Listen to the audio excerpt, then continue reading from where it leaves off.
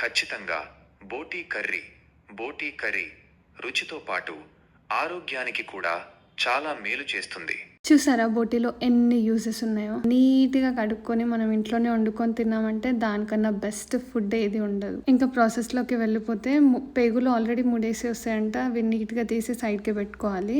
Next మా daddy చూపెడుతున్నట్టు ఆ black colour ఉంది కదా, అది హాట్ వాటర్లో వేసినాం అనుకో దాని స్కిన్ చాలా ఈజీగా వస్తుంది. మా డాడీ చూపెడుతున్నట్టు ఆ నైఫ్ తో అంటే చాలా నీట్ గా వచ్చేస్తుంది. తర్వాత వాటిని చిన్న చిన్న పీసెస్ లాగా కట్ చేసుకోవాలి అక్కడ చూపెడుతున్నట్టు. నెక్స్ట్ ఇవి కూడా హాట్ వాటర్ లో వేసి చాలా చిన్నగా కట్ చేయాలి డాడీ చూపెడుతున్నట్టు. ఇంకా దీనంత పెద్ద టాస్క్ అయితే ఏది లేదు. పేగుల్ని క్లీన్ చేసే అంత టైం దేనికి పట్టదు. డాడీ ఇట్లా క్లియర్ గా చూపెట్టాడు కదా, దాంట్లో ఇట్లా వాటర్ వేసి ఇట్లా నీట్ గా క్లీన్ చేసుకోవాలి. దానికి చాలా టైం పడుతుంది, చాలా పేషెన్స్ ఉండాలి మనకి. వాటిని అంత బాగా క్లీన్ చేసుకున్న తర్వాత చిన్న చిన్న పీసెస్ లాగా కట్ చేసుకోవాలి.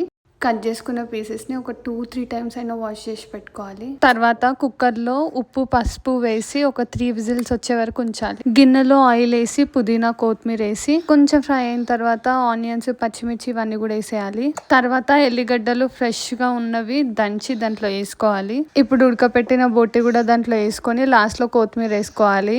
నిజంగా కట్టెల పొయ్యి మీద చేసినందుకు ఏమో కానీ టేస్ట్ అయితే నెక్స్ట్ లెవెల్ ఉంది.